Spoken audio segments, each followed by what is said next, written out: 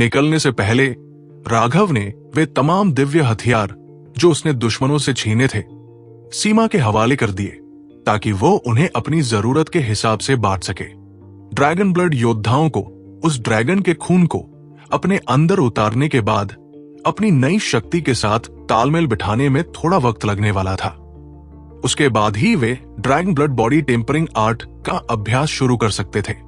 इसमें काफी समय और धैर्य की जरूरत थी। राघव ने सीमा को खास हिदायत दी कि वो ब्लू आई पीकॉक के पंखों को निखारने में अपनी पूरी ताकत झोंक दे। अगर उसके पास सिल्वर विंग हॉर्न्ड ईगल और वे 999 असली पंख हो तो सीमा अकेले ही आयुष और ट्रू इमॉर्टल अनंत जैसे खूंखार योद्धाओं के बराबर खड़े होकर टक्कर ले सकती थी। संयोग से इस वक्त हर कोई साधना में था। जैसे ही ड्रैगन ब्लड योद्धा अपना काम पूरा कर लेते, सीमा एक बार फिर अपनी मर्जी से कहीं भी आने जाने के लिए आजाद होती। जहां तक ब्लड लाइन को जगाने की बात थी, सारा दारोमदार इस बात पर था कि उसके पूर्वजों में कोई महान योद्धा रहा है या नहीं। अगर उसके पूर्वज साधारण थे तो ब्लड लाइन से बहुत बड़ी उम्मीद नहीं की जा सकती थी, लेकिन अगर अतीत में कोई बेमिसाल योद्धा गुजरा होगा तो उसकी सोई हुई शक्तियां जागते ही वो तबाही मचा देगी। खैर, पूर्वज चाहे जो भी रहे हों, स्कारलेट ब्लड स्पिरिट फिश का खून उसकी ब्लड लाइन को शुद्ध तो बना ही रहा था। इससे उसकी स्पिरिट रूट की क्वालिटी बेहतर होती और वो कुदरत के नियमों के और करीब आ पाती। बुरे से बुरे मामले में भी अगर कुछ ज्यादा असर न हुआ तब भी उसकी आध्यात्मिक शक्ति कई गुना बढ़नी तय थी। रूहानी योद्धाओं को अक्सर विरासत में ही दिमागी ताकत मिलती है, तो कुछ न कुछ तो जरूर जागना था। राघव ने खुद भी इसे आजमाया था, पर शायद असुरा सुतरा बॉडी आर्ट के प्रभाव की वजह से उन मछलियों का उस पर कोई खास असर नहीं हुआ। उसे बस स्वाद से ही संतोष करना पड़ा। वहीं लकड़ी की शक्ति रखने वाले साथियों के लिए राघव को पूरा भरोसा था कि वे दुनिया की सबसे ताकतवर हीलिंग टीम बनकर उभरेंगे। पहाड़ों को पीछे छोड़ते हुए राघव उस दिशा में उड़ा जहां अब तक किसी के नक्शे एकदम नहीं थे। वो अनजान रास्तों पर छिपे राज खोजना चाहता था। रुको, ये रास्ता मैंने बनाया है, ये पेड़ आइया। राघव उड़ ही रहा था कि 3 नकाबपोशों ने उसका रास्ता रोका, लेकिन जैसे ही उनकी नजर सामने वाले शख्स के चेहरे पर पड़ी, उनके पैरों तले जमीन खिसक गई और वे जान बचाकर भागने लगे। वापस आओ वरना मारे जाओगे, राघव ने ठंडे लहजे में कहा। वे तीनों पत्थर की लकीर की तरह वही जम गए। अभी भागना शुरू ही किया था कि राघव की आवाज ने उनके हौसले पस्त कर दिए। वे दबे पांव वापस आए। बड़े भाई राघव, हम तो बस मजाक कर रहे थे, इसे दिल पर मत लीजिए। भला इस दुनिया में कौन इतना बेवकूफ होगा जो आपको लूटने की जरूरत करेगा? उनमें से एक ने अपना नकाब उतारा और बार बार झुककर माफी मांगने लगा। वो जानता था कि अगर राघव ने चाहा तो उन्हें मारने में उसे पलक झपकने जितना वक्त भी नहीं लगेगा, लेकिन उसके जैसे ऊंचे दर्जे के योद्धा इन जैसे छोटे मोटे लोगों का शिकार करना अपनी तौहीन समझते थे। उनकी किस्मत खराब थी। राघव ने अपनी आभा छिपा रखी थी और उसने काले कपड़े पहने थे। उन्हें लगा कि शायद ये करप्ट पाथ का कोई अकेला योद्धा या किसी दूसरी नस्ल का बंदा है। आमतौर पर राइटियस पाथ के लोग सफेद कपड़े पहनते हैं और करप्ट पाथ के लाल, लेकिन कुछ को काला भी पसंद होता है। राघव को साधारण समझकर वे सीना चौड़ा करके बाहर आए थे, पर सच सामने आते ही उनकी पेंट गीली होने की नौबत आ गई। सही कहा, बड़े भाई राघव तो एक महान नायक है। दूसरे ने मक्खन लगाते हुए कहा, तुम किसे लूटते हो? इससे मुझे कोई लेना देना नहीं। अपने नक्शे मेरे हवाले करो। क्या आसपास कोई दिलचस्प जगह है? राघव ने पूछा। तीनों ने फौरन अपने नक्शे निकाल लिए। एक ने बड़ी आज्ञाकारी आवाज में कहा, हमने पिछले कुछ दिनों में करप्ट पाथ के साथ शिकार किए हैं। उनकी यादों को खंगालने पर पता चला कि पास में ही एक डरावना जंगल है। वहां कई ताकतवर योद्धा इकट्ठा हो रहे हैं। शायद वहां कोई अजीब सा जीव है जो लोगों को बड़े रहस्यमयी तरीके से मार रहा है। वे करप्ट योद्धा वहीं से भाग रहे थे। तभी हे हमने उन्हें ठिकाने लगा दिया। तो तुम लोग करप्ट पाथ वालों को लूटने के माहिर हो? राघव ने थोड़ा हैरान होकर पूछा। सच कहें तो हम किसी को भी लूट लेते हैं, राइटियस पाथ वालों को भी, पर हम उन्हें मारते नहीं। करप्ट वालों को हम थोड़ा ज्यादा निशाना बनाते हैं। पहले वाले ने डरते हुए सच उगल दिया। राघव ने उसकी ओर देखा और हल्की मुस्कान के साथ कहा, तुम काफी समझदार हो। वो बंदा समझदार था क्योंकि उसने झूठ बोलने की हिमाकत नहीं की। इससे राघव का मूड थोड़ा ठीक हो गया और उसे उन्हें मारने की कोई वजह नहीं मिली। कबीलों और योद्धाओं की इस दुनिया में ताकतवर ही राज करता था। राइटियस पाथ के हालात अभी बहुत खराब थे। मार्शल हेवन अलायंस से अलग होने के बाद कौन दोस्त है और कौन दुश्मन, ये पहचानना मुश्किल था। ऐसे में किसी को लूटकर उसकी जान बख्श देना भी एक तरह की शराफत ही थी। उस शख्स ने सच इसलिए बोला क्योंकि उसे पता था कि राघव के सामने झूठ टिक नहीं पाएगा। शायद सच बोलने से उसकी जान बच जाए। क्या ये दोनों तुम्हारे भाई हैं? राघव ने उन तीनों को देखा। वो समझ गया था कि ये चालाक बंदा ही उनका लीडर है। अभी थोड़ी देर पहले जब उन्होंने रास्ता रोका था तो बाकी दो सामने से ध्यान भटका रहे थे और ये चालाक बंदा पीछे से हमला करने की फिराक में था। जी हां, उसने दबे स्वर में जवाब दिया। अच्छी बात है, अपनी अक्ल का इस्तेमाल अपनों के लिए करना ही असली समझदारी है, राघव ने कहा। अभी जब वे भागने की कोशिश कर रहे थे तो वे तीनों एक खास कोण बनाकर भागे थे ताकि एक दूसरे के बीच बराबर दूरी बनी रहे और पकड़ में आने का खतरा कम हो। उनकी बॉन्डिंग अच्छी थी। इसका मतलब साफ था कि भागते वक्त भी ये शख्स अपने बाकी दोनों साथियों की फिक्र कर रहा था, वरना अगर वो चाहता तो दूसरी दिशा में भाग सकता था। उस हालत में राघव का उन दोनों का पीछा करने का चांस ज्यादा होता और इस शख्स के बचने की उम्मीद भी बढ़ जाती, लेकिन उसने ऐसा नहीं किया। जब राघव ने उसकी आंखों में झांका तो उसे ऐसा लगा जैसे उसकी रूह के सारे राज राघव के सामने खुल गए हों। उसने एक लंबी आह भरी और कहा, बड़े भाई, आपकी तारीफ के लिए शुक्रिया, पर मैं विक्रम इसके लायक नहीं हूं। हम तीनों बस बेसहारा घुमंतु योद्धा हैं। मेरे इन दो भाइयों को इनके संप्रदायों ने साजिश रचकर निकाल दिया था और मुझे भी नीचा दिखाया गया। गुस्से में आकर मैंने भी उन्हें मारने की साजिश रची, लेकिन बदकिस्मती से मैं पकड़ा गया और मुझे भागना पड़ा।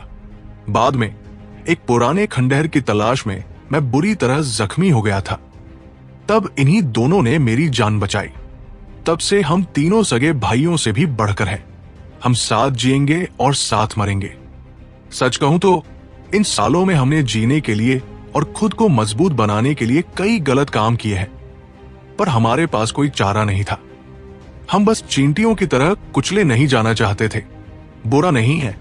राघव के चेहरे पर एक गंभीर मुस्कान आई। कुत्ते वफादार होते हैं, पर ऊंचे खानदान के रईस नहीं।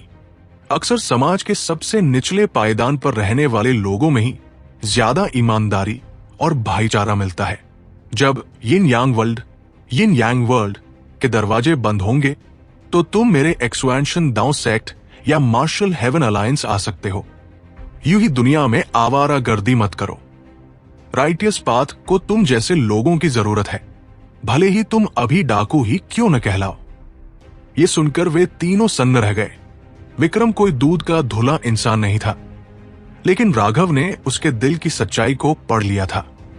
डाकू होकर भी अगर कोई अपने उसूलों पर पक्का हो तो वो राघव की नजर में बुरा नहीं था। बड़े भाई राघव, हमें तो बड़े बड़े संप्रदायों ने ठुकरा दिया है। क्या आपको वाकई लगता है कि हमें वहां जगह मिलेगी? ठुकरा दिया तो क्या हुआ? मैं खुद एक बार मार्शल हेवन अलायंस छोड़ने वाला था। अगर मेरे लिए वहां जगह नहीं होगी तो मैं दुनिया में अपनी खुद की जगह बना लूंगा। राइटियस पाथ अभी पूरी तरह बिखरा हुआ है और इसे बिखेरने वाले वे लोग हैं जिनके पास फौलादी रीद नहीं है। वे बस सारा दिन साजिशें रचते हैं और पीठ में छुरा घूमते हैं, लेकिन जल्द ही जो बड़ी लहरें आने वाली है वे इस कचरे को बहा ले जाएंगी।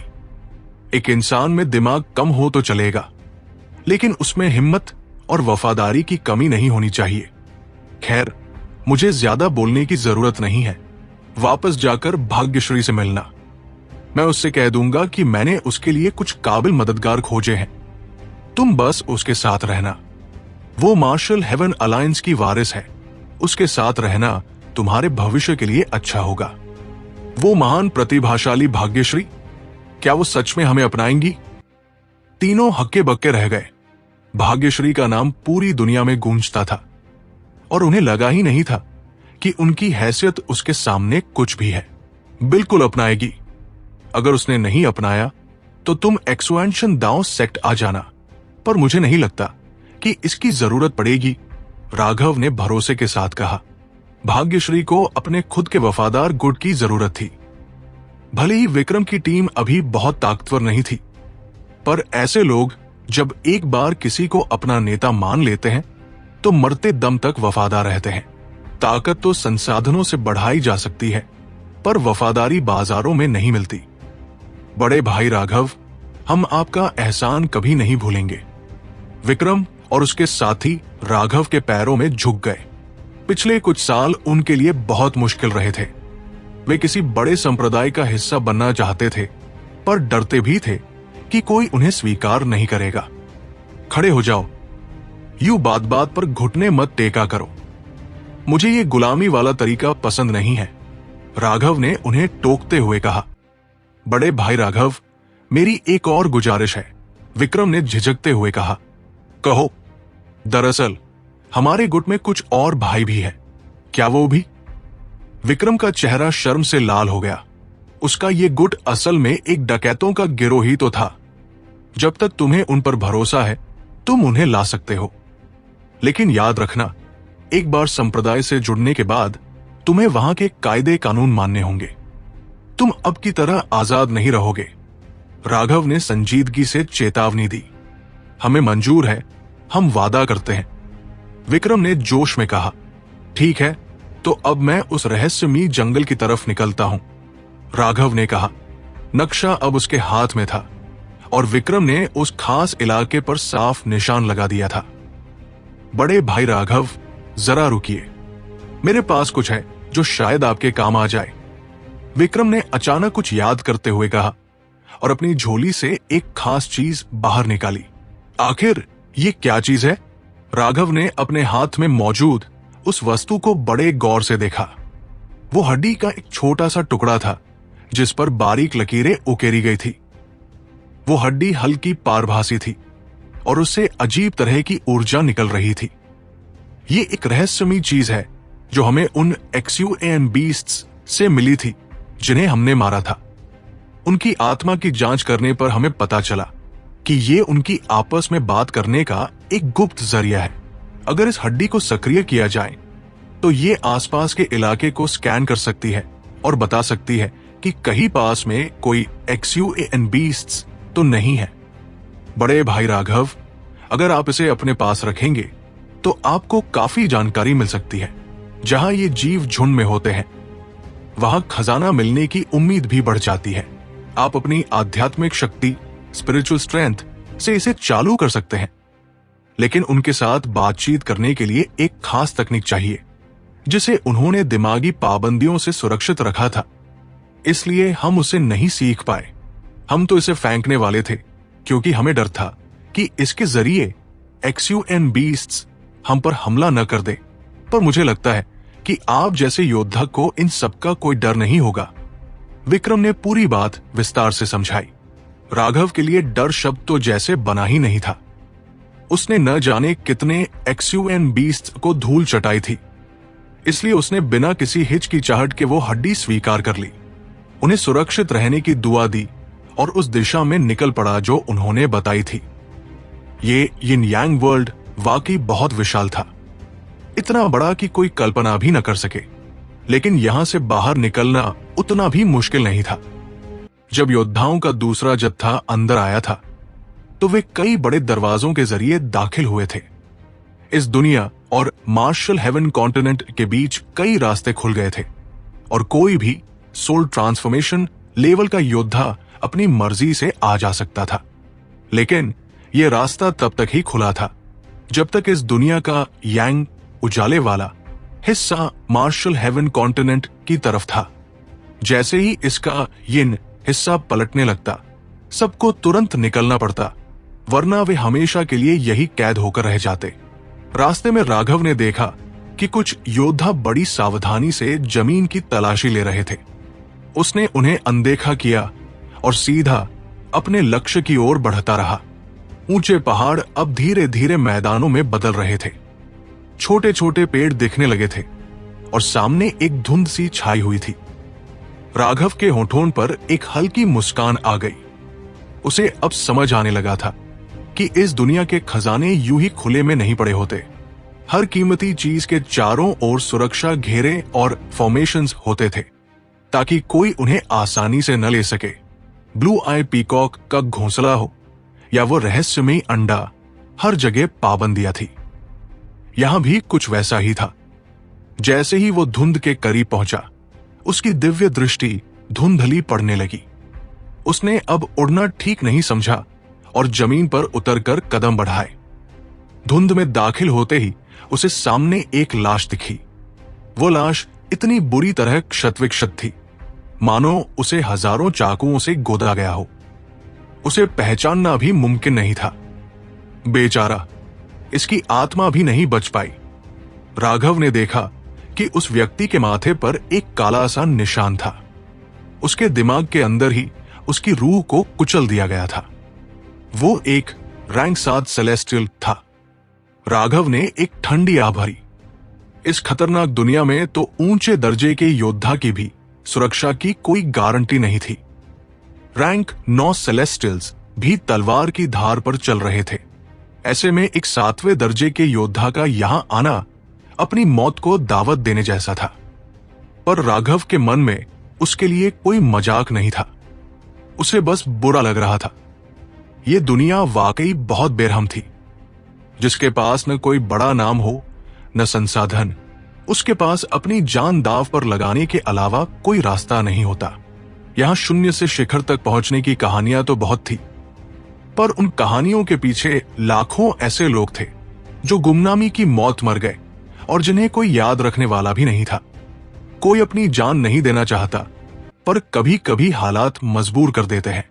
हर किसी का अपना सपना होता है, हर कोई सम्मान से जीना चाहता है और हर किसी के पास कुछ ऐसा होता है जिसे वो बचाना चाहता है।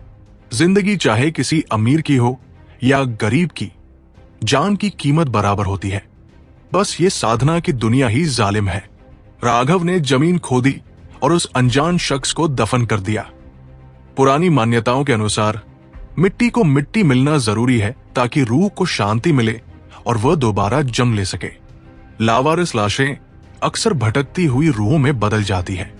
राघव इन बातों पर बहुत ज्यादा यकीन तो नहीं करता था, पर वो इस बात को मानता था कि इंसान मिट्टी से बनता है और मिट्टी में ही मिल जाता है।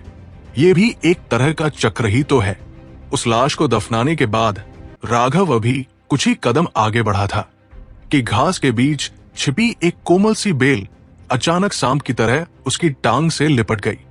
उस बेल पर मौजूद कांटे किसी जहरीले नाग की तरह उसकी खाल में जहर उतारने की कोशिश करने लगे। देखते ही देखते आसपास से अनगिनत बेलें उसकी ओर झपटी। राघव ने शांत होकर अपनी टांग से लिपटी उस बेल को देखा। वे कांटे अपनी पूरी ताकत से उसे चुभने की कोशिश कर रहे थे, पर उसका कुछ बिगाड़ नहीं पा रहे थे। उसकी टांगे ग्रीन ड्रैगन स्केल्स, हरे ड्रैगन की खाल से ढकी हुई थी, जिसे भेदना नामुमकिन था। राघव ने अपना हाथ हल्का सा झटका और एक जबरदस्त ऊर्जा का विस्फोट हुआ, जिसने उन सारी बेलों को तिनके की तरह उड़ा दिया। बाहर आओ। राघव ने जमीन पर जोर से पैर पटका, जिससे जमीन फट गई।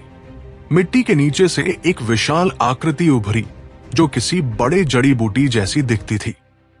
उसके साथ ही कई पेड़ रूपी राक्षस अपनी जड़ों से राघव पर हमला करने लगे। राघव ने बस अपनी एक उंगली उठाई और बिजली की एक तलवार उनके पार कर दी। पल भर में उन राक्षसी पेड़ों का ढेर मुरझाकर राख हो गया। वो आगे बढ़ता रहा। कुछ ही दूरी पर उसे एक और लाश मिली, लेकिन इस बार उसने उसे दफनाने की जहमत नहीं उठाई, क्योंकि वो करप्ट पाथ का एक दुष्ट योद्धा था। जैसे जैसे राघव आगे बढ़ रहा था, जमीन फटने का सिलसिला थमा नहीं। एक के बाद एक ट्री डीमंस, पेड़ रूपी राक्षस मिट्टी से निकलकर उस पर हमला कर रहे थे, लेकिन राघव के कदम नहीं डगमगाए। उसकी बिजली जैसी तेज लाइटनिंग ब्लेड हवा में लहराई और बार बार उन राक्षसों के परखच्चे उड़ाने लगी। जैसे ही वो पेड़ रूपी राक्षस मारे जाते, वे पल भर में मुरझा जाते और देखते ही देखते धुएं की तरह गायब हो जाते। जैसे जैसे वो गहराई में उतरता गया, इन राक्षसों की तादाद बढ़ती ही गई। वैसे तो ये बहुत ज्यादा ताकतवर नहीं थे, लगभग 10वें रैंक के जादुई जानवरों, मैजिकल बीस्ट्स के बराबर, लेकिन इनकी गिनती हजारों में थी। वे अपने जहरीले कांटों से राघव को छलनी करने की कोशिश कर रहे थे। एक साधारण योद्धा के लिए ये कांटे जानलेवा साबित हो सकते थे, लेकिन राघव के लिए ये महज मामूली रुकावट थे। उसने कितने राक्षसों को मौत के घाट उतारा, इसका कोई हिसाब नहीं था। 2 घंटे बीत चुके थे, फिर भी वो ट्री डीमंस पागलपन की हद तक उस पर टूट पड़ रहे थे, मानो उनके पास न तो दिमाग हो और न ही मौत का डर।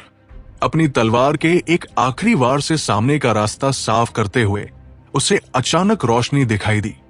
उन डरावने पेड़ों का अंतहीन सिलसिला रुक गया था। अब उसके सामने एक ऐसी दुनिया थी जहां परिंदे चहक रहे थे और चारों तरफ फूल ही फूल खिले थे।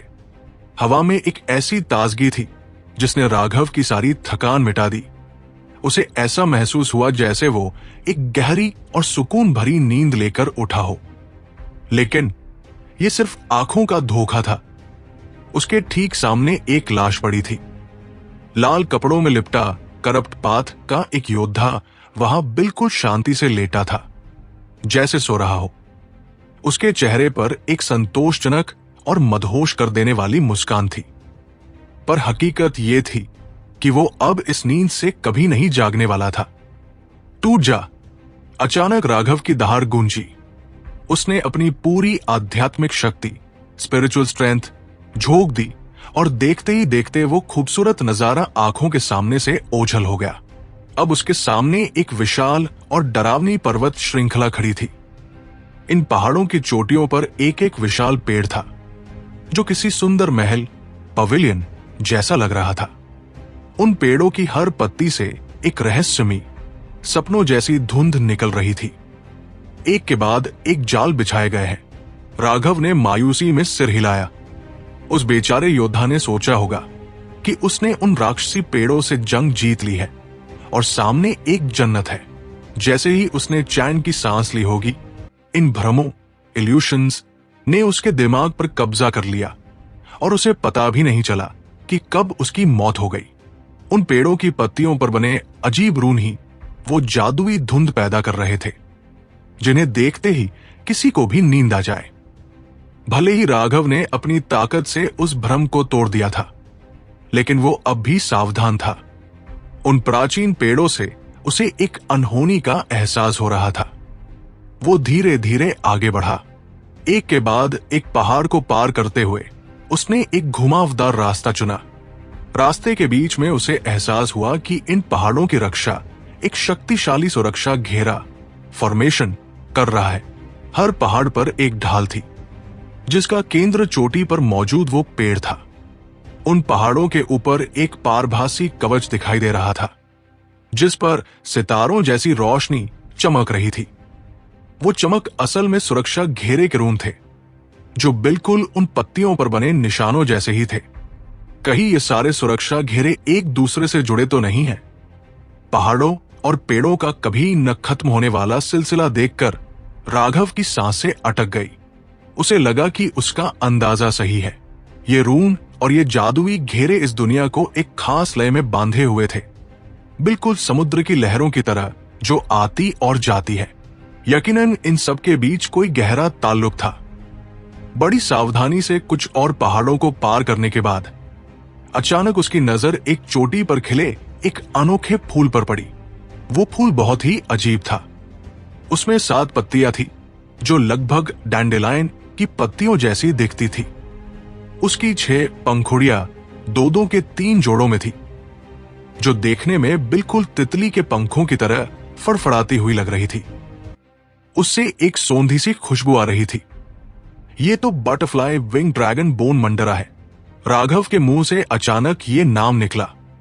चिल्लाने के बाद वो खुद ही सोच में पड़ गया। मैं इस फूल को पहचानता हूं और जानता हूं कि ये एक बेशकीमती खजाना है, लेकिन मुझे इसका इस्तेमाल नहीं पता। इसका क्या मतलब है? उसके अंतर्मन ने उसे बताया कि इस फूल का इस्तेमाल दवाइयां बनाने में होता है, लेकिन कौन सी दवाई, ये उसे याद नहीं आ रहा था। क्या उसकी पिल सॉवरन की यादें अभी अधूरी थी? खैर, अब सोचने का वक्त नहीं था। उसने तय किया कि पहले वो फूल हासिल करेगा, लेकिन कैसे? वो तो सुरक्षा घेरे के अंदर था। उसने पहाड़ों के चक्कर लगाए और अचानक उसकी आंखें चमक उठीं। आखिरकार उसकी किस्मत ने साथ दिया था। उसे एक और बटरफ्लाई विंग ड्रैगन बोन मंडरा मिल गया, जो सुरक्षा घेरे के बाहर उगा हुआ था। वो बिल्कुल किनारे पर था। राघव दबे पांव वहां पहुंचा और अपनी पन्ने का फावड़ा निकालकर बड़ी कोमलता से उसे जड़ों समेत मिट्टी से खोद लिया। वो खुशी खुशी उसे अपनी झोली में रखने ही वाला था कि तभी एक तेज तलवार की घातक लहर सनसनाती हुई उसके सिर के पिछले हिस्से की तरफ लपकी। वो हमला इतना अचानक और खामोश था कि हवा तक नहीं हिली। जब तक राघव को खतरे का एहसास हुआ, वो वार उसकी गर्दन के बिल्कुल करीब पहुंच चुका था। हमलावर कोई मामूली इंसान नहीं था। उसकी ताकत की गूंज साफ महसूस की जा सकती थी। हूं! राघव के गले से एक ठंडी फुफकार निकली। उसने पीछे मुड़कर देखने में एक पल भी बर्बाद नहीं किया। उसके शरीर पर बिजली की लकीरें किसी सांप की तरह कौंधी और अगले ही पल वो वहां से गायब हो गया, जैसे किसी ने उसे झटके से हवा में दूसरी तरफ खींच लिया हो। वो तेज स्वॉर्ड ऊर्जा सीधे सुरक्षा घेरे यानी बैरियर से जा टकराई। टक्कर इतनी जबरदस्त थी कि बैरियर पर बने प्राचीन निशान थरथराने लगे। देखते ही देखते वहां मौजूद सारी ऊर्जा पहाड़ी की चोटी पर लगे उस अजीब से पेड़ की तरफ बढ़ने लगी। अचानक वो पेड़ बुरी तरह हिलने लगा।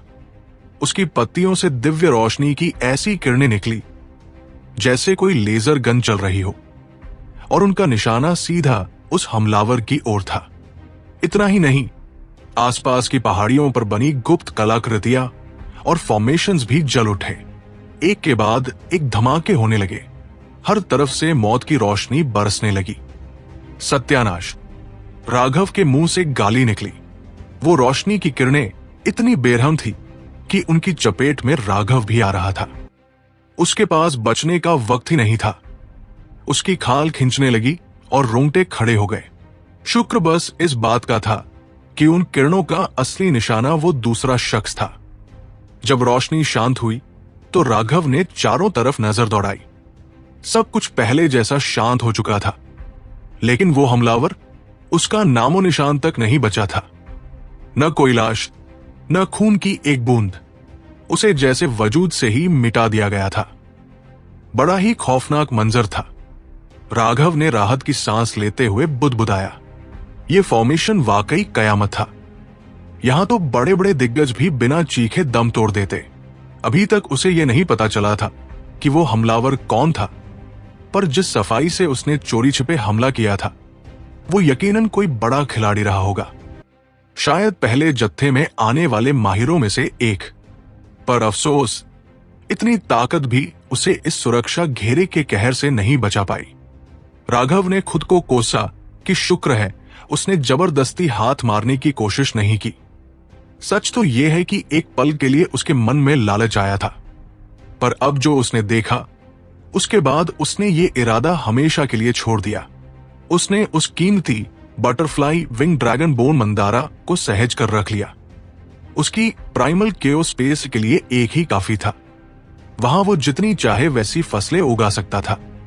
हालांकि उसे अभी इसके इस्तेमाल का सही तरीका नहीं पता था, पर उसका दिल कह रहा था कि ये कोई मामूली चीज नहीं है। ये जगह किसी का प्राइवेट गार्डन लग रही थी, जिसकी हिफाजत एक महाशक्तिशाली फॉर्मेशन कर रहा था। लेकिन आखिर इस जगह का मालिक है कौन? राघव के दिमाग में सवालों का तूफान चल रहा था। अगर ये सब किसी की मिल्कियत है तो यहां कोई पहरेदार क्यों नहीं है? सिर्फ इन मशीनी सुरक्षा चक्रों के भरोसे इतना बड़ा खजाना छोड़ना कुछ हजम नहीं हो रहा था। वो आगे बढ़ता गया। उसने देखा कि कुछ पहाड़ियों पर कोई सुरक्षा घेरा नहीं था, पर वहां कोई कीमती जड़ी बूटी भी नहीं बची थी। जाहिर था कि उन्हें पहले ही कोई बटोर चुका था। रास्ता किसी भूल भुलैया जैसा था। हर पहाड़ एक जैसा, हर मोड़ एक जैसा। भटक जाना तो तय था।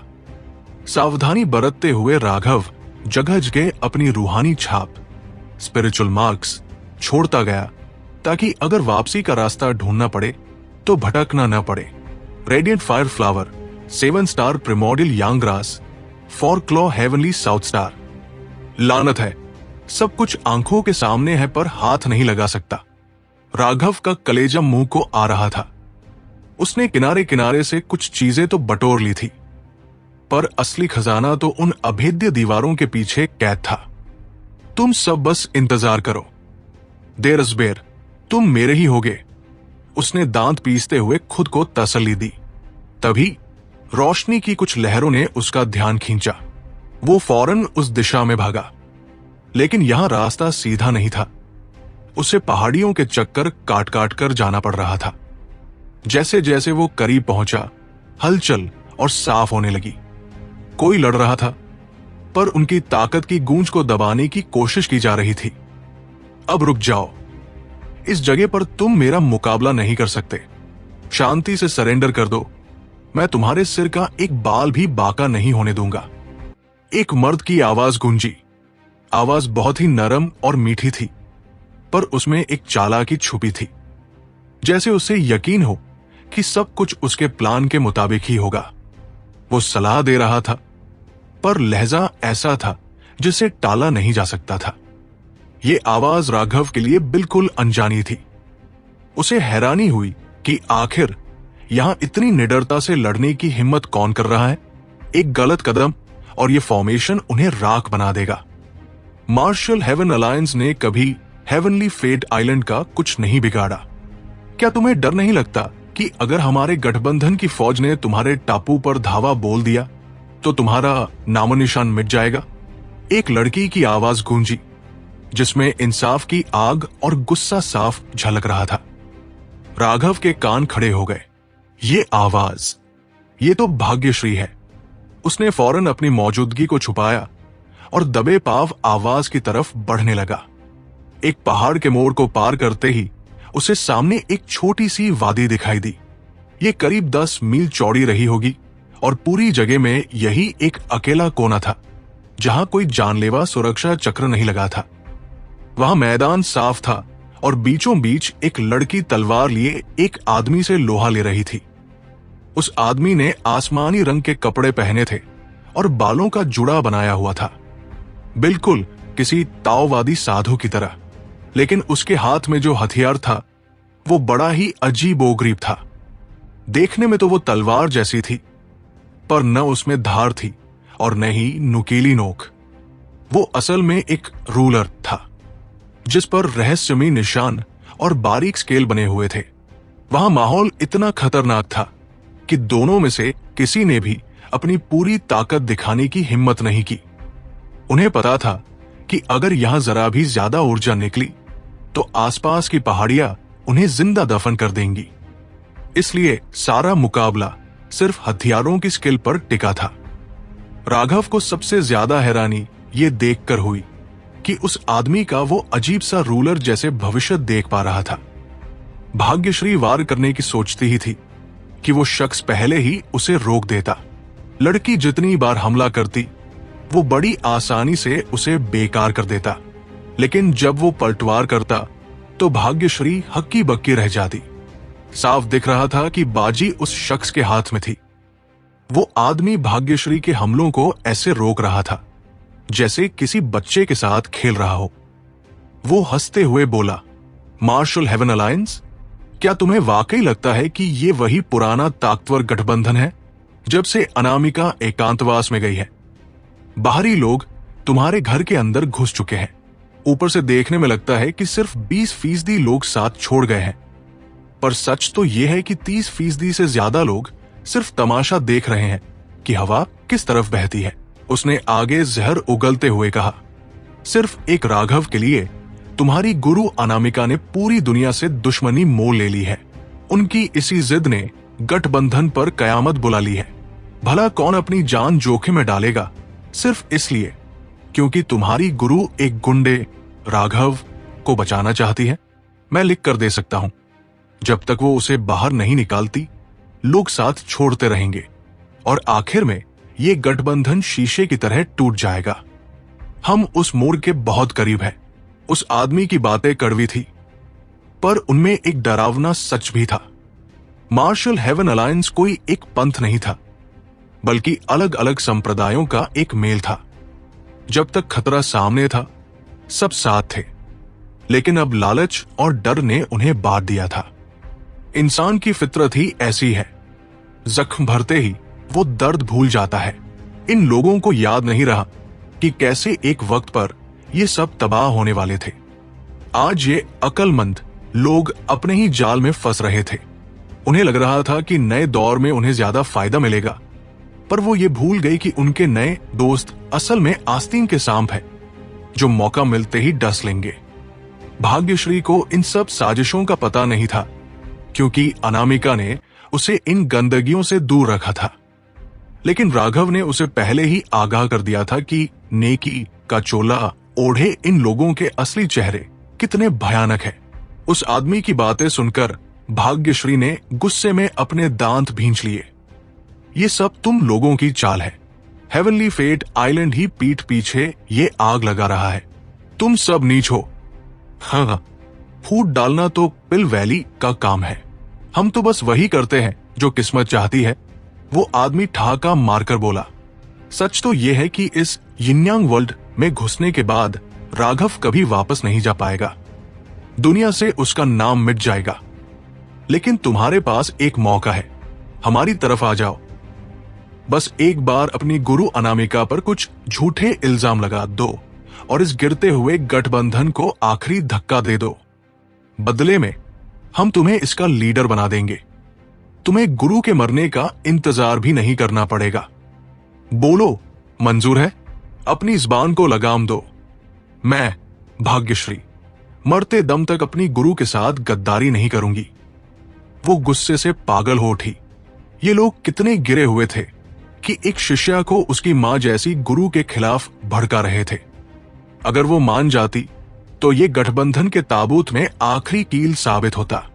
ठीक है, तो फिर दूसरा रास्ता अपनाते हैं। उस आदमी के चेहरे पर एक शैतानी मुस्कान आ गई।